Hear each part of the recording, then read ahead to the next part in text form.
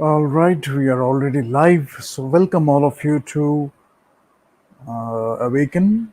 Today, we are starting a new series. This is based on myths and scriptures. Now, we will not be doing it in a boring way. Rather, we will do it in a way of storytelling, a way of discussing characters. Mostly, we will be discussing in a cinematic form the narratives, symbolism, usage in painting, how it creates an effect when you see the painting, the characters, the representation, the amalgamation of characters, what they signify, and all these things. There is a lot of things to discuss. There is a lot. But today I will just give an introduction. But before I start, I really want to thank two of my friends, George Lucas and Peter Jackson. So George Lucas did Star Wars. He studied myth, anthropology while creating Star Wars. Peter Jackson, when he gave a cinematic form, a visual form, to the text of Tolkien, J.R.R. Tolkien, it was quite an achievement. It was quite an achievement because many people got introduced to Lord of the Rings through the movies. Then they came to the books, and some read the books first and then they came to the movies. For Star Wars, I mean, we had books like Joseph Campbell, Chris Vogler, and all these books, but it was created from scratch. The idea of Star Wars, lightsaber duels, and all these things. Ideations were there, but the thing was created. There was no book written on Star Wars. So I would really like to thank these two people. And then obviously, Joseph Campbell. Joseph Campbell is one of the few people, or maybe one of the many people we don't know about, but few people who have got the recognition, worldwide recognition. Joseph Campbell is one of the few great people who have actually done great amount of work, deep work, great amount of work based on myths, archetypes, the journey of a hero, all these things. There is a circle, you go through this and then you come back to this.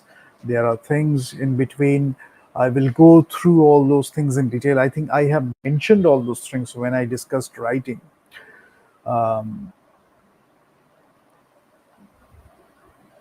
Then different characters, archetypes you're meeting along the way, and how it is shaping you. So mentors, shifters, and all these people. There are many people, you meet along the journey, and the things change.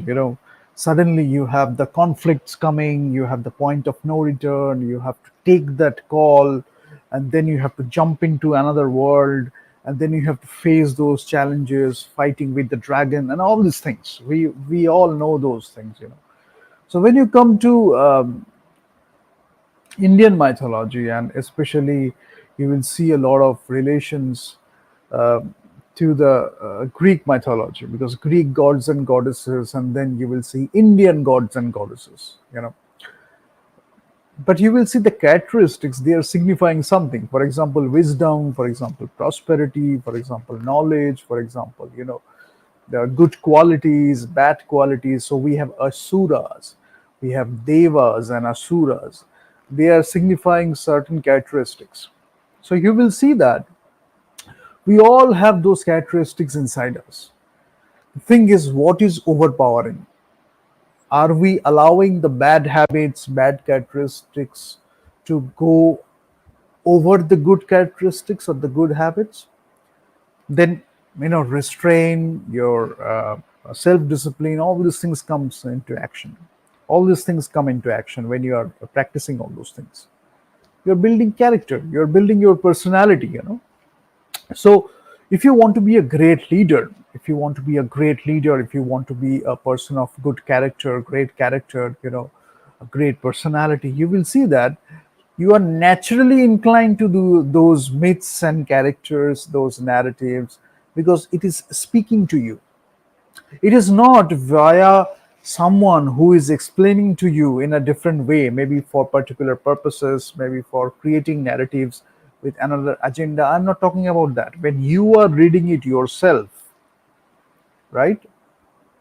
When you are reading it yourself, when you are looking at the pictures of the gods and goddesses and the, the stories, there are pictures where you have the stories of the Purana, where you have stories of the gods and goddesses, multiple characters, and the scale of different characters, how they are put in the composition. One character is much bigger than the other characters. There are ways of doing the painting, so all these things are speaking to you. The symbolism, the representation, the composition, the usage of color, the usage of the material, the because that is also creating a texture, that is also creating an effect, gradient, and so many things happening at the same time. You learn the characters, you learn what they stand for, what they signify, and then you see the stories and all these things. Then when you come to the Indian scriptures, we have the Vedas, four Vedas. So we have this Rig Veda, Yajur Veda, Sam Veda, Atharva Veda. Then you have the Upanishads.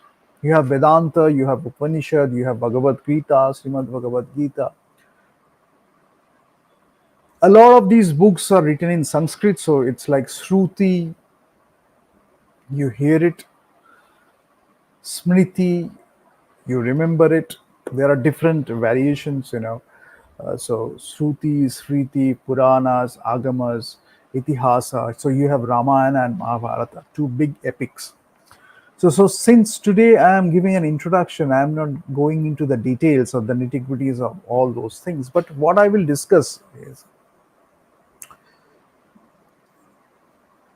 standing today or nowadays in this contemporary situation, standing here, many people will tell you, why are you doing this? The situation is even stranger. When you see someone from India telling you that, and then you see the crappy movies, those are not even close to the narratives, close to the characters, close to the actual epics. You see the things. So in one way, they are telling you not to talk about it. Maybe they have few specific people who can talk about it. That's not our culture. In our culture, or in Indian culture, or in the culture of humanity, especially if I talk about the Indian context today, when I'm talking about myths and scriptures, I'm talking about the global myths and scriptures, the anthropological, sociological aspects, everything. So I'm not restricting it to only the Indian context, but maybe I will talk about the Indian context more than the other things, right? So I will give you the context too, so that you understand things in a better way, because maybe it has appealed to you when you read it, when you saw that, it appealed to you. I know it will appeal to you, because any human being, a righteous human being, person of character, person of good personality, when you will go through these characters, go through these myths, they will appeal to you. It is supposed to happen. That is the natural thing. So maybe that is the reason they are taking you away from that. When they are creating those movies, you don't feel the congruence, you don't feel the thing. So the movies, when they are getting created, you see, okay, I'm not seeing a different version or a modern version of it. Rather, the movie is taking me away from the thing, the realization I had myself, the wisdom I gathered from those scriptures myself, the experiences I had while reading it, while looking at it. They are taking me away from that. So in one way, they are telling you not to do this, not to talk about this, because they have few specific people who can talk about this and all these things. And in another way, they are distorting the narratives, they are distorting the myths and scriptures, they are distorting this and that in their own way to serve their own agenda and all these things. And that is not creative, that is not much creative too. So initially, when you see the teaser, when you see the poster, it seems like the poster is having a music. People are thinking that this is going to be a great movie, this is going to be this and that. Ultimately, when the movie actually arrives, You see more trailers, you see more scenes, you see that the casting, the characters, the narratives, everything is not there. I mean, if you have understood the roles yourself, you will see that the casting itself is so far away from it. The representation of the characters is so far away from it. You will understand all those things. So, Ramayana and Mahabharata, many people talk about. When people think about these epics, they have their own imagination. They think of these great epics, but it has been distorted over the years for so many reasons. But I talk about this thing. I plan to write a script on Mahabharata, not Ramayana, Mahabharata, because it is calling for greater scale, greater conflicts, greater characters, and subtle nuances. A lot of nuanced situations, complex characters, exposition. You have to deal with all these things, and gradually you have a great narrative. Great plot. You have an epic Mahabharata, and the characters, multidimensional characters. So, if you want to do a character study, you can just look at the epics and you can understand the multiple facets of the character, multiple dimensions of the character, the multidimensionality of the character. You can understand all those things when you go through those characters. The situation they are taking the decision, and you learn so much. It is not only about a certain kind of heroism, but you learn so many different heroes. You learn about so many different heroes. Maybe one person is surpassing all those other heroes. That's okay.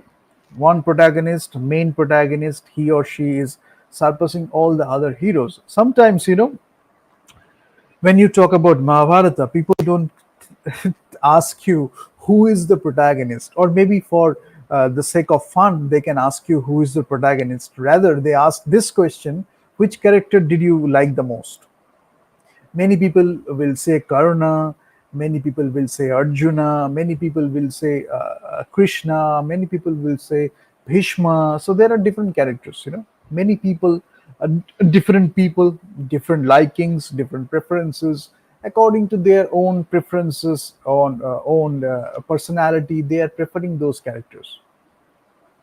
And you cannot say that this character is good and that character is bad, this group is good, that group is bad. You're not saying all those things. They all are good characters, great characters. In fact, not good characters, I will say. If you look at Mahabharata, great characters, so many things to learn from if you really want to learn human condition, humanity, our joys and sorrows, different situation in life, different situations in life. Our deepest fears. Our situations of bravery, our situations of courage when we have to take a decision.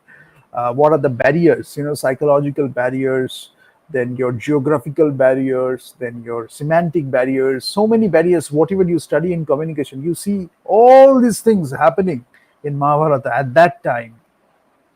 You see all those things, all those references in Mahabharata.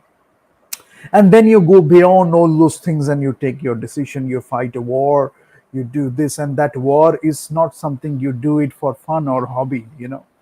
So that is a war of dharma. So you are trying to protect your dharma. For the dharma, you are doing the war. So it is not something for fun. Just today, I think that tomorrow I'm gonna do a war, and tomorrow I'm starting a war. It is not like that. So before the war actually happens, there is so much to learn from situations, backstories, then different characters, and then you can decide what characters to put in that movie. That itself will call for a great decision making attitude. So I plan to write a script on Mahabharata. I wanted to do it a long time ago, but I was busy with writing different other scripts, with the stories that appeal to me, and I write my own stories and I write my own scripts. So before that, I would like to make those movies, but maybe it will be divided into two parts, or maybe it will be a trilogy. But I will start writing the script maybe after a few years, or then after that I will start directing it. But before that, I want to make the other movies. But again, coming back to the thing, to understand Ramayana and Mahabharata, you need to go through a lot. You need to know a lot. I was very lucky. I consider myself very lucky because I did it very early in life. In, we used to have the pulp comics, we know the superhero movies and all these things. We used to read the pulp comics. For Ramayana and Mahabharata, we used to have the pulp comics too. It's not a comic, it is not the comic characters and all these things. Rather, we used to have the storyboarding. If I talk about storyboarding, people used to like give so much effort in making those movie books, like pulp books. I won't say it a comic, but each and every frame is there, minutely drawn, minutely painted. Maybe one person is having the attire of a different color, another person is having the attire of a different color. So each and everything very meticulously done.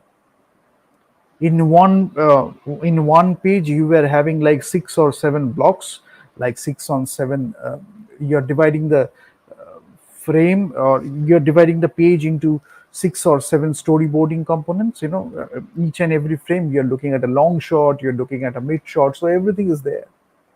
You just have to interpret, you have to do your own stuff, and you have to realize the actual thing, the wholesome aspect of it. Then you can talk about a lot of things. So when I look at the previs or the storyboarding of Lord of the Rings and movies of that scale, even James Cameron did a great job with his epics. So when I look at those movies, especially I will say J.R.R. Tolkien's, writings, or Peter Jackson's storyboarding previs, you will see that you can relate so much. The weapons, different kinds of weapons, and in Ramayana too. In Ramayana you have different kinds of weapon. So before throwing a weapon or launching a weapon, they were doing something, um,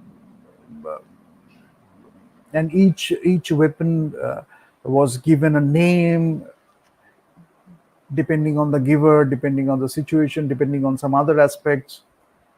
Those things, and what is the weapon supposed to do? One arrow you are throwing, and then the arrow is getting divided into 100 different arrows, and it is doing something to the battlefield. So those things, great moments of storytelling, great things. But you need to understand that if you think that who is going to be the hero, who is going to be the villain, you are not thinking about anything else. What dress I will wear, what this I will do, then you are missing out the thing, because it's something really grandiose. It's a great epic. Joseph Campbell did a really good job because he understood the depth of conflicts, he understood the journey, he understood many other things. But if I talk about doing the research, if you want to do a research in here, or anybody who is wanting to do a research from outside India, I had I had a friend, one from France, one from Germany. They wanted to study this folklore and Indian mythology. So at that time, they was advising them how to do the research and how to do, and then they did an incredible research based on that. But the unfortunate thing is sometimes you don't feel that curiosity, you don't feel that intensity, you don't feel that exploration. In the other fellow Indians, especially not in people from the film industry, not in people from the arts and entertainment industry. You don't see that because the narratives are like that, that it is supposed to be a boring thing, it is supposed to be an old thing, but it is not like that. So you have to do it yourself. When you look at things, you will have that realization. You will see what is it actually, or what it is actually. So I can talk about the Vedas, I can talk about the Sanskrit text, I can talk about the Vedic text, I can talk about the Upanishads. If I talk about philosophy, because India has been a country of philosophy, very rich with philosophy. So if you go through the texts of Upanishad, you will see that great wisdom, great philosophy. So anyone who is telling you that India, you should not be a philosopher before you are rich, I think that person has some issues, maybe a lot of issues, because India, in staying in India or being a person from India, you have to talk about philosophy, maybe other philosophies too, Greek philosophy, Western philosophies. Bertrand Russell did a good job with the philosophies, and you can talk about so many other philosophers. There are so many, but Eastern philosophy, if you take, you can talk about Chinese philosophy, you can talk about Japanese philosophy, you can talk about Indian philosophies, Asian philosophy in general, you can talk about. So you can learn from each and everything, so philosophy, and it can shape you as a human being. It can shape your character, it can shape your personality, and you can be a better human being based on that. Maybe you're solving a problem, and this Eastern philosophy is guiding you in a different way. Maybe you could have solved the problem in a better way learning these Eastern philosophies. Maybe you could have solved the problem in a better way learning Western philosophies. So that's why you need to be more open, you need to be more respectful towards other cultures, towards other philosophies. And since one person is coming from India for the sake of the name of India, and he or she is telling that this is this, this is that, and there is a tribe who there is a tribe based on people, who don't want to mention that they have read the scriptures. It is like it is a bad thing. Many people don't want to just mention it, because they want to put more focus on the realization itself, because they are self-realized beings.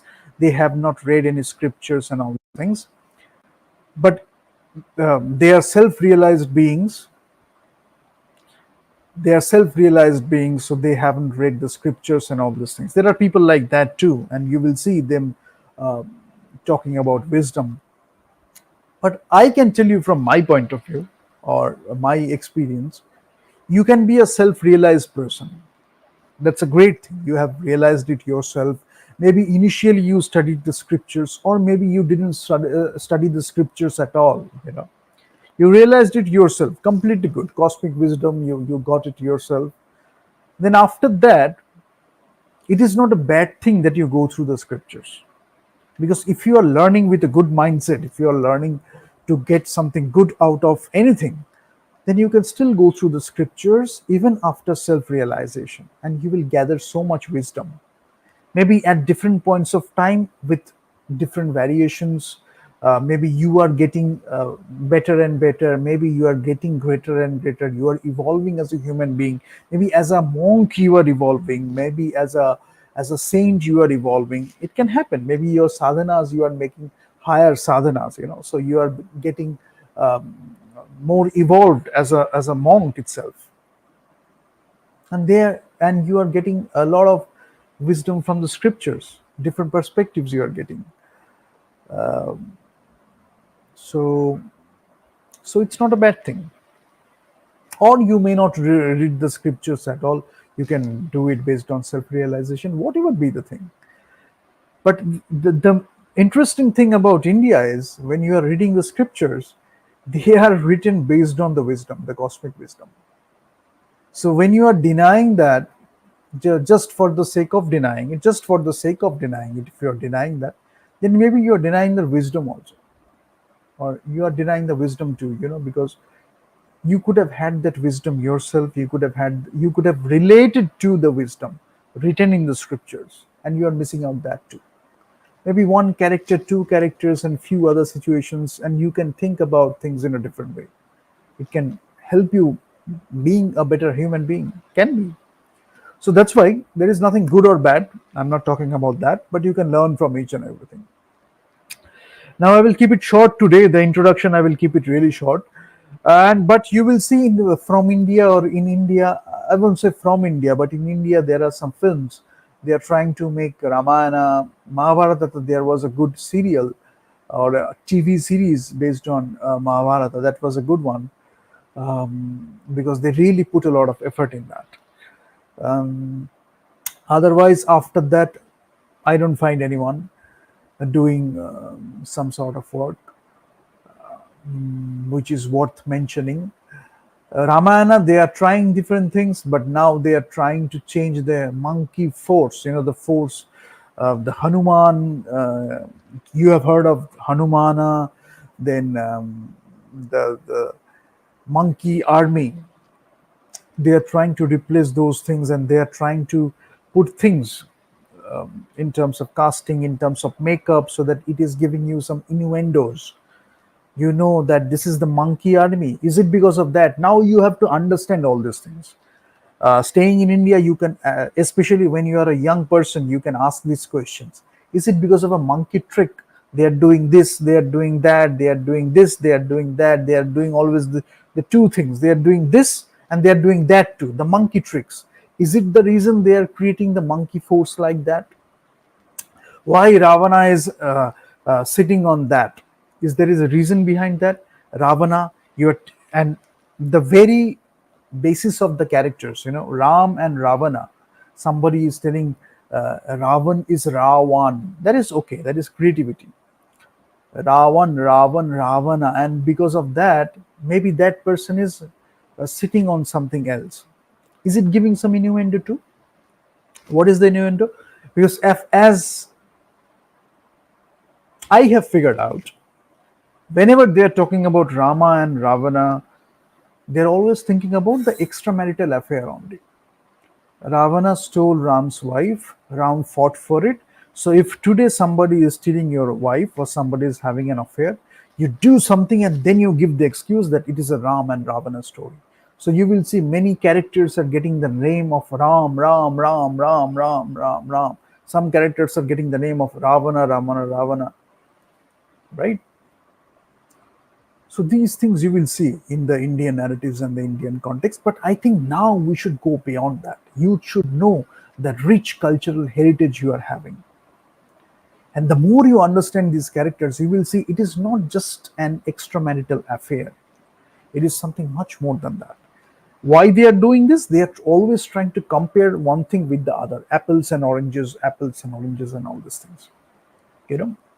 So they have read it in some other books, uh, and they are trying to compare everything to get some acceptance in the society, to get some acceptance in the families and all these things. There are so many tricks like that. But the thing, when you're looking at the thing, you have to understand, have you got the essence of the scriptures? Have you got the essence of the myths? Are you being true to yourself when you are reading that? Because, and also, when you are creating those myths and scriptures nowadays, you have to be very knowledgeable and wise people. Because initial days, as I mentioned, the pulp comics or the pulp books, when they were creating that, I can tell you, I don't think they ever thought about the storyboards. But when I was going through the pages, in each page you were having 6 or 7 storyboards, small storyboards, and together sometimes one big wide angle storyboard, and just to looking at the characters in a bigger way. They went through all these things while creating those books. So if you wanted to keep the movie as it is, it would have been a great epic too, you know. But nowadays, when you are creating it, maybe some people are doing it deliberately to fulfill some agenda and all these things. I'm not talking about that, because to understand the scriptures, these myths, you need to be uh, an evolved human being, or you need to be something more than these petty tricks and techniques, because that's why it makes more sense. It appeals to you. So and how it appeals to you, how you translate that to a cinematic form or a storytelling form. So I will talk about the folklores too, folk stories, folklores. So not only the epics, but folklores too. I will talk about Panchatantra and all these things, tantric stories here too. So you will see that we have so many things to discuss. But one thing you will see: characters, storytelling, plots, how people are trying to distort it, why they are trying to distort it, what is the reason behind that agenda, secret agenda behind that. And when you actually look at the works, when you actually go through the stories, you will see that how it appeals to you. The story itself, the symbolism itself, these things appeal to you. For example, we have these gods and goddesses. I mentioned last day only Saraswati. There is Lakshmi, the goddess of prosperity. Then you will see Shiva, Vishnu, Brahma. You will see these gods. Yes. You will see these gods. And if I am talking about Bengal, obviously you have seen all these gods and goddesses, because there is a saying called "Baro Mashe Tero Parbon." That means we are always doing one festival or the other. So the festival, the word itself, we used to respect a lot. We are doing festivals, we are strengthening our bonds, we are strengthening our relationships. That used to be the culture, but nowadays the storytelling culture is supposed to be so shallow. I mean, has the storytelling culture has become so shallow. It is not supposed to be shallow, but some people are telling you that it is supposed to be shallow. It is not supposed to be shallow. It is something much bigger than that. And when you translate to the cinematic form, it can be it can give the audience a much greater experience. But when you don't have those things, inside you as a human being, how can you direct? How can you make the movie? How can you write those things? How can you write that script, those dialogues, those situations, those characters? How can you do that? How can you choose what to keep, what not to keep? Because all those decisions will require a lot of wisdom, a lot of expertise, a lot of competence. Then you see a 2.5 hour or a 3 hour movie on screen. It is an epic. So the development of human beings, we need to focus on that too. But if I talk about Bengal, you will see that we worship the Devi Durga.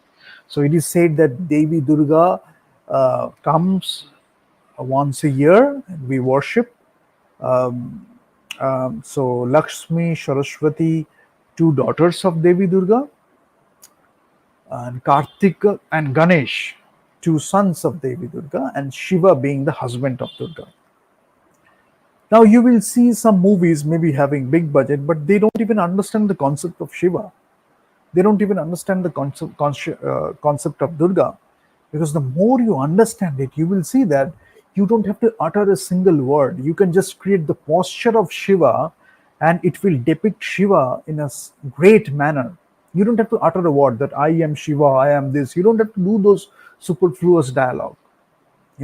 So that is what you have to understand. Vishnu is lying in a particular way. If you understand the art of it, something more than that, you will do just one scene without even saying a single word. You will see, okay, that is Vishnu, that is Krishna. The posture of Shiva meditating, you will understand this is Shiva. Brahma, you will see three heads, how he is sitting, you will understand this is Brahma. Then they are speaking, they are taking those actions. But you don't have an understanding of that too. But you are using the names maybe to get some acceptance in the society. The problem, what is happening? Youth who don't have any idea about the scriptures, they don't want to read those books, they don't want to understand the history, the Purana, the Itihasa, or the myths of scriptures. They just want to follow what is there on screen, because they believe when somebody rich is creating it, or somebody is creating it for the screen, that person might have an understanding of that. It is not quite the case in India right now. So that's why when we are creating that kind of content, it is a matter of a lot of responsibility. You can crave great entertainment. So if you have been motivated by Lord of the Rings or Game of Thrones or whatever be the thing, I don't consider the Lord of the Rings, the new series, I haven't watched it. I don't want to watch it, but I didn't consider it as a Lord of the Rings thing, to be very frank. And I think Ryan did a good job with Star Wars. Otherwise, uh, I mean, it is not everyone's cup of tea, because you have to understand all those things. Then you can direct. Then you can tell the story. So, but why did I mention all these things? Because you can see a relation. Suppose one person is telling you that he or she is coming from India, then they start talking about stuff, and you cannot quite relate to it. So ultimately, what is the result? What is the outcome? You are diluting the essence of the entire thing.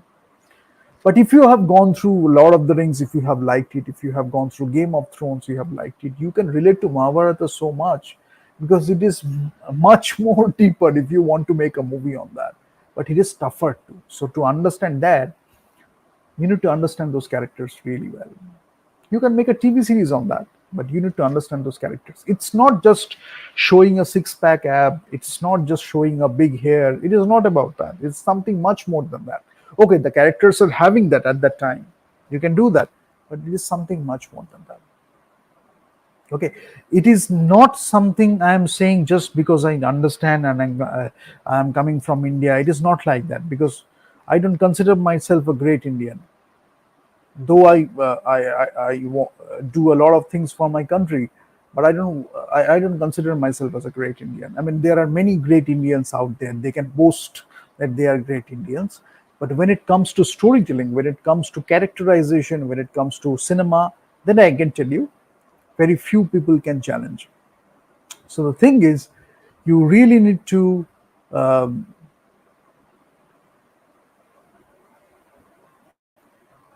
so the thing is, you really need to understand these myths and scriptures, really go through it, really understand it, and we will take up different topics in different episodes, and then we will discuss.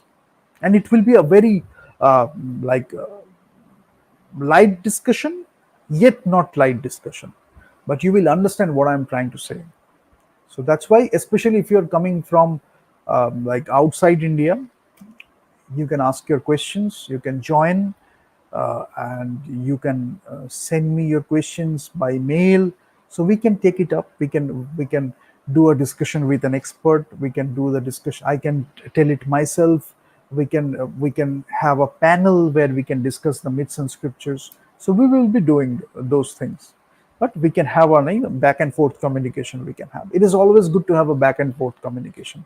If you have a query, maybe from your question I am learning so much, maybe I am going through the myths and scriptures again, and I am learning something myself. So it's always good to have great discussion on myths and scriptures. So thank you so much for being with me today. I hope you enjoyed the sessions. And this will be not based on any bias, any agenda, any narrative. I want to explicitly mention that. Rather, we will talk about things, whatever comes up. Thank you so much.